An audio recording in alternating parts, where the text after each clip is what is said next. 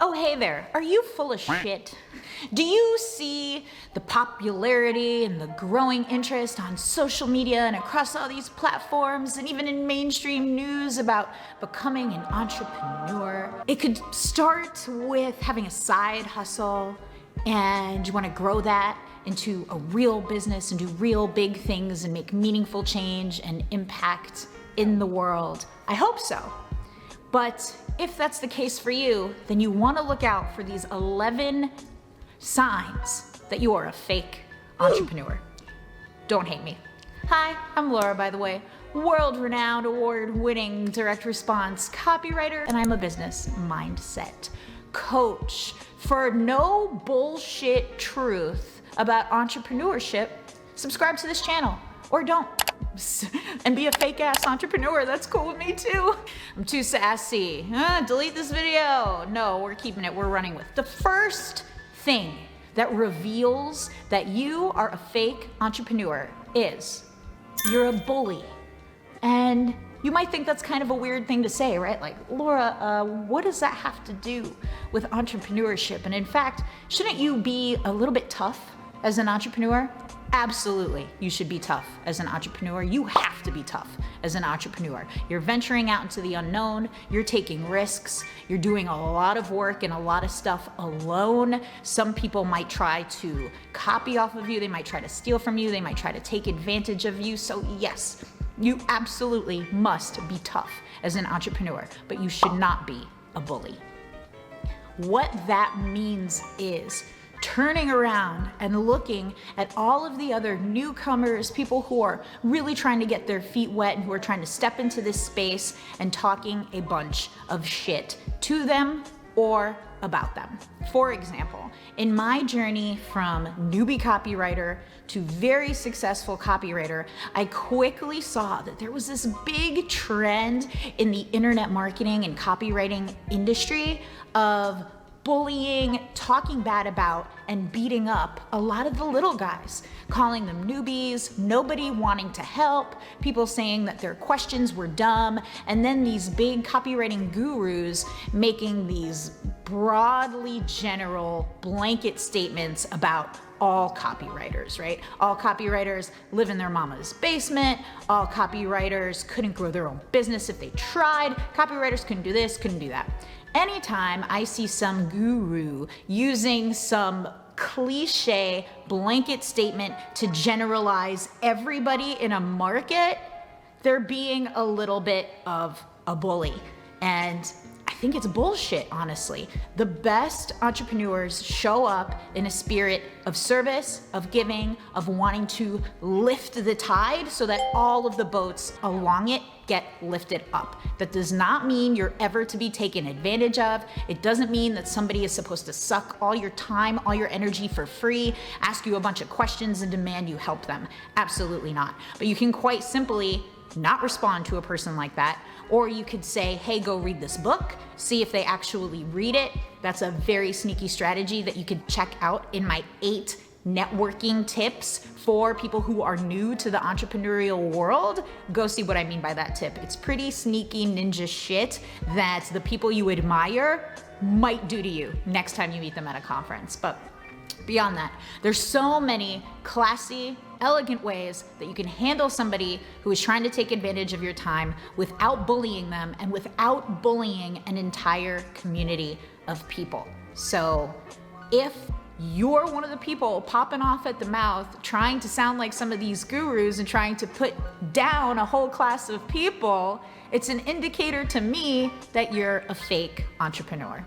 The next sign that you're a fake entrepreneur is kind of related, and that is if you are a social climber.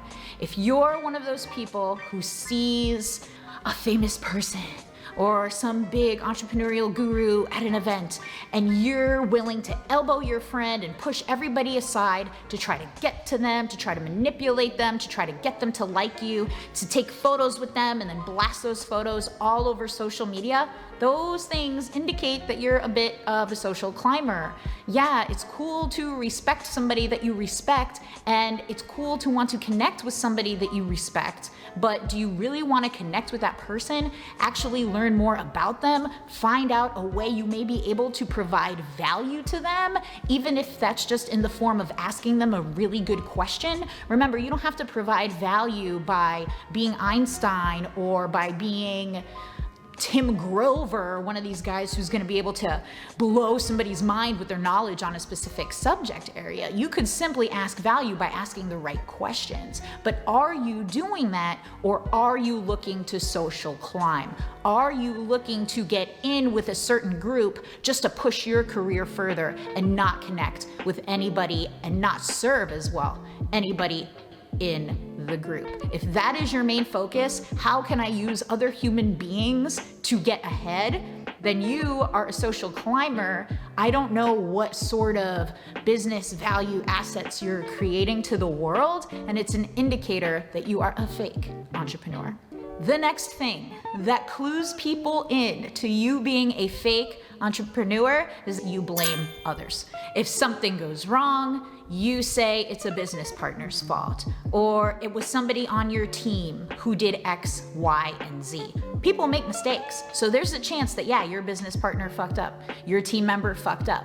But if you're their leader and you're their partner, you definitely played a role in fucking up. Don't you see that? You have to be able to take ownership and responsibility and control of any fuck up, of anything that goes wrong. That's what gives you the power to fix it.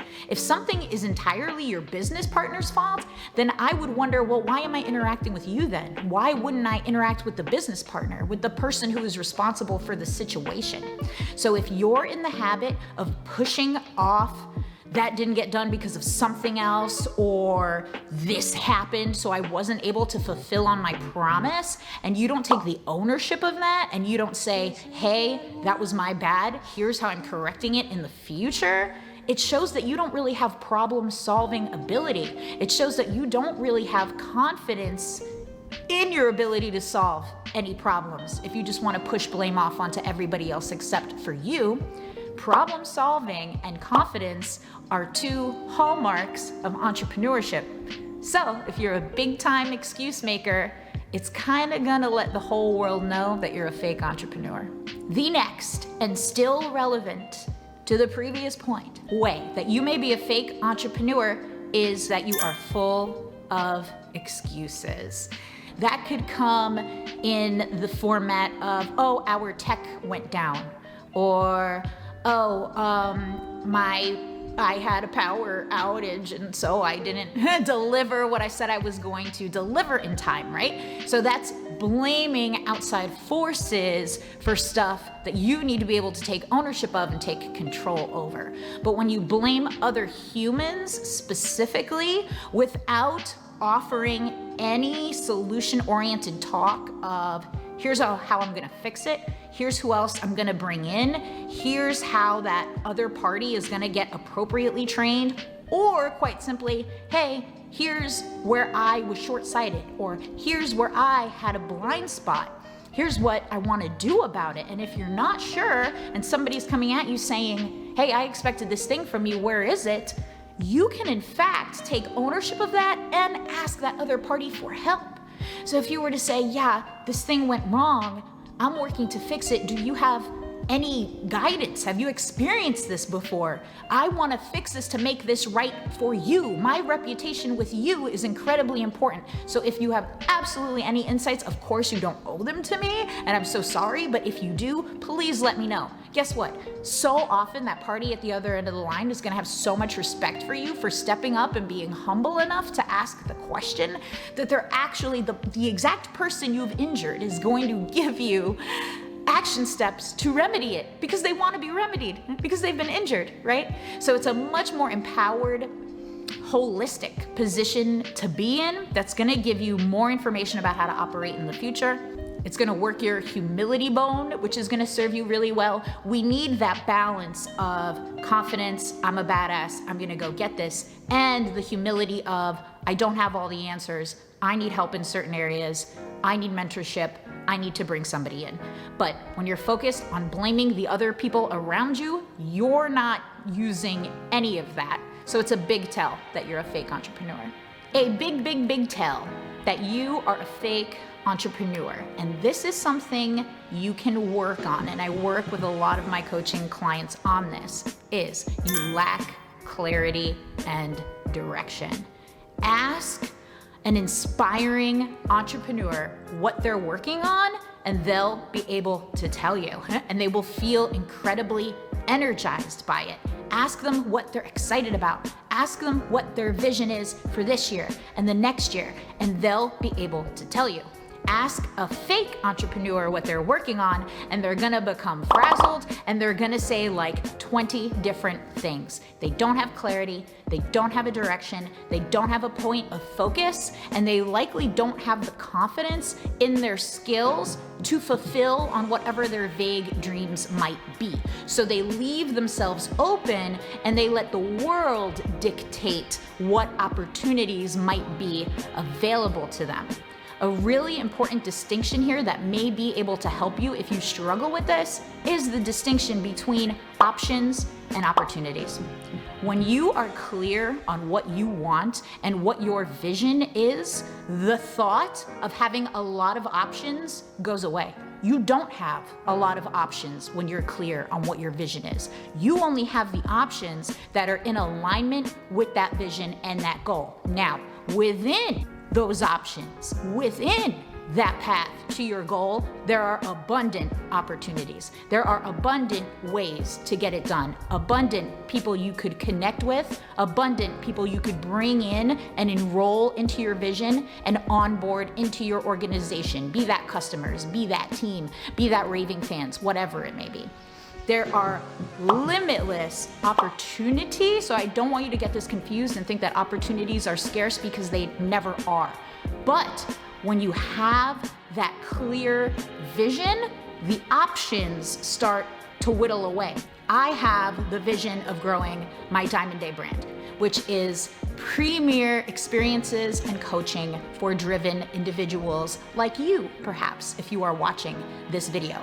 So other options like starting a button business, and I don't say that randomly, I actually think about starting a button business quite a bit. You could do a lot of cool things with buttons, but starting a button business is not an option for me, because it is not on my path to growing Diamond Day. Might it become an option in the future? Yeah, of course, but it is not an option for me right now.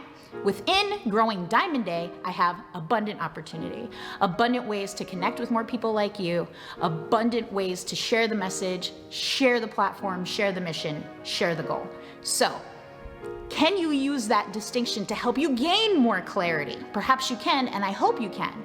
If you have no clarity at all, and you're looking at every single option, and the one social media ad that tells you to start an email list, you're like, oh, okay, I'll do that. That's an option, I'll do that. And then the one social media ad that tells you to build your YouTube channel, and you're like, oh yeah, okay, I'll do that. But you don't have one path to put them on, right? If you would do it across two totally different spaces, mindset and buttons, then it's a sign that you're a fake entrepreneur. Which ties into my next point. When you don't have that clarity and you don't have that laser focus, you're more prone to copying others. So a big indicator for me that you are a fake entrepreneur is you copy. Innovation is part of entrepreneurship. Innovation can happen in a lot of ways. You could offer a subtle change or a subtle improvement on something that already exists. You can bring two things that already exist together. So by innovation, I don't mean you have to start something completely from scratch. But if you only take what other people are doing and copy them, there's no innovation there. I can't call you an entrepreneur. You're a fake entrepreneur. This is a big one. Try your best not to feel some type of way at this, okay? A huge tell, maybe the biggest one of all, that you are a fake entrepreneur is that you are terrified to invest. This one boggles my mind in so many ways. You want to call yourself an entrepreneur. You want to put products and services out into the world, and you want other people to pay for them, but you will not invest in yourself. I cannot describe how in opposition those two sentiments are. Entrepreneurs invest in themselves constantly in a gazillion different ways, right? Building a website, paying for a logo, paying for branding, paying for legal fees, tax support, right? And strategists. Investing a lot in their personal development, bringing copywriters, designers, web developers onto the team, purchasing product, right? Getting products created, hiring support staff, hiring other consultants, if you're a coach or if you're a consultant, bringing other people into the organization so that you can grow, right? If you are not of the mindset to do any of that, and of course you can do it gradually. Of course you can onboard one thing at a time, right? Get it to be ROI positive, and then you invest again, and then you take the next step and you go further and further and further. If you're not willing to put $1 down on your dreams, you are a fake ass entrepreneur. Get the fuck off my channel. Could you imagine? I don't know, I might want you guys to leave it in. We'll see how I'm feeling that day. The next tell that you are a fake entrepreneur is that you are afraid to delegate. It ties into the investment thing, but it's a little bit more specific, right? Because growth is part of entrepreneurialism. It doesn't mean that every single company has to grow to $1 million, $10 million and all of that. No. But as an entrepreneur, you are interested in growing and developing a company. A company is an entity that exists with you, but also apart from you. It is separate from you. That is the construct that helps you not attach all of your self-worth to the company, by the way. So sometimes you'll have to do things that are in the best interest of the company, even when your fears, your limiting beliefs would hold you back from doing that thing. As an example, you want to bring on a new client, but you have seen all the red flags that this client is going to be a pain in the ass. If you're not sure what those red flags are, leave me a comment below because I'll tell you all of them. If somehow those, just say in your gut, you feel like, oh, this guy kind of seems like a pain in the ass. I'm afraid to say no to his business though, because I really want to take on the revenue. Is that operating in the best interest of your company? Especially when you have other team members on board who are going to be interacting with that person. That's one way it could hurt your company. Another way it could hurt your company is it could hurt your morale, right? Your bandwidth, your energy is one of the most important resources of your company, especially when it's in the smaller stages, right? If that client looks to be the type to drain that bandwidth and that energy from you, even if you want to collect that money today, it is not in the best interest of growing your company in the long term. So you have to make those decisions that are in the best interest of your company and not just about yourself and your ego and your fears. To bring this back to delegation, you have to take what might feel like the small risk of letting other people on board for the sake of the company, okay?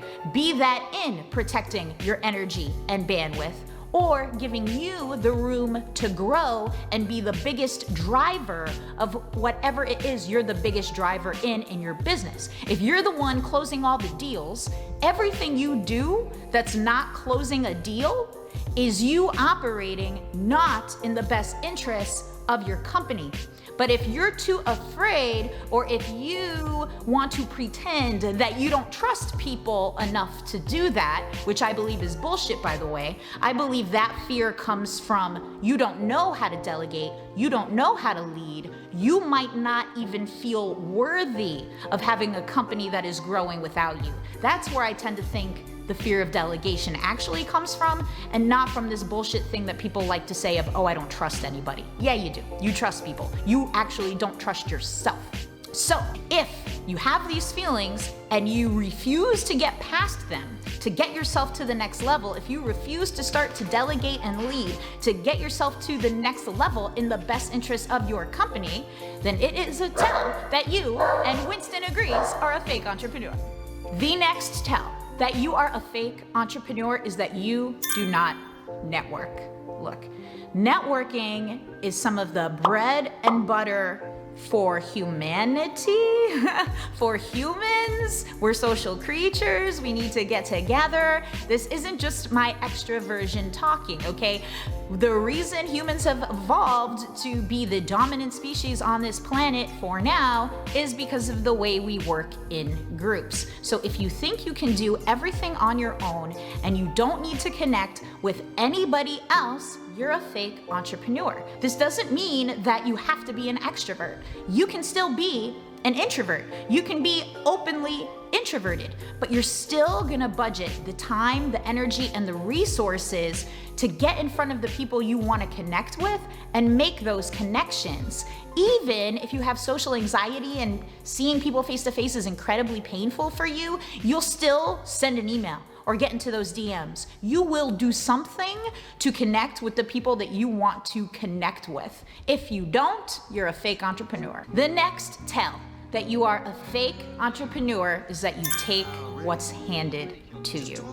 Does this really even need to be explained? Like, isn't source energy for entrepreneurialism going after what you want and getting it versus taking what's being handed to you? So even if you run a service-based business and you're a solo provider in that business and you're the only one, if you just take whatever deals come to you without trying to modify those deals so that they best serve you, without putting yourself out there to get more and better deals, and without putting your own offerings out there so that different types of income related to your consultancy business come to you, you're a fake entrepreneur. You're not building a company, right? You may be a freelancer, and I always try to teach my freelancers, they run a business. They run a freelance business. That enables them to do things that are in the interest of that business and to create other potential streams of income within the business. So if you're that solopreneur for now and you offer these consultancy services, or if you are this coach, right? If you're this coach and you offer these coaching services to people, what products could you create that teach the process that you take your coaching students through, right? That is not just taking what's handed to you. That's not just like, oh, I got 2 leads, so I guess it's gonna be a shitty month. Hell no.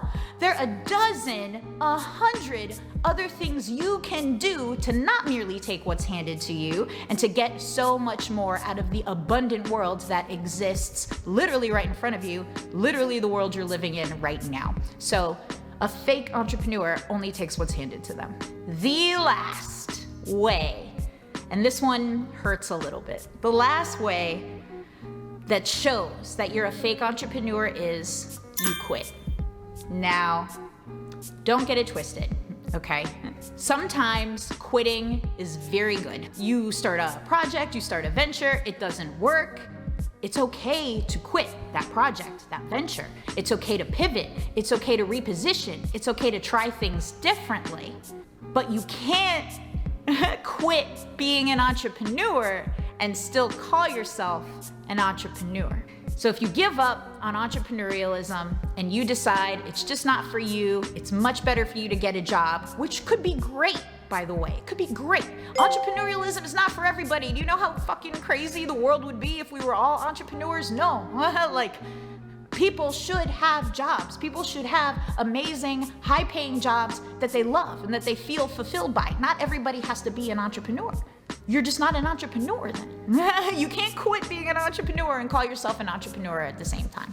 And the reason that this personally hurts me is because, here's a little story.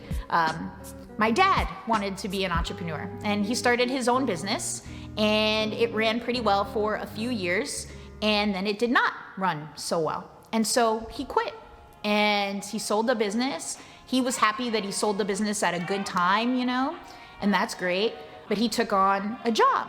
It was a really good job. He had the job for a ton of years. He made over 6 figures a year. He's got a nice retirement plan. He just retired literally 2 months ago. But my dad quit being an entrepreneur. And as I go into this story, it's not really relevant to the video, but I think that seeing that as a child implanted a lot of fears in me. Like, oh man, it's gonna crash and burn, right? Even though it didn't technically crash and burn for my dad, he still quit on his dream of being an entrepreneur. So I have had to work through the fears that has put in me over starting my own businesses, right? Like, ooh, it's gonna get to a point where at best I sell. And it took a lot of time actually before I even consciously realized that any of these things were going on with me, right? But once I did consciously realize them, I was able to see what's affecting my emotions and affecting my behaviors and decision making, and be able to deploy better behaviors and make better decisions now that I know I had this irrational fear of things going wrong and me needing to get a job in my childhood.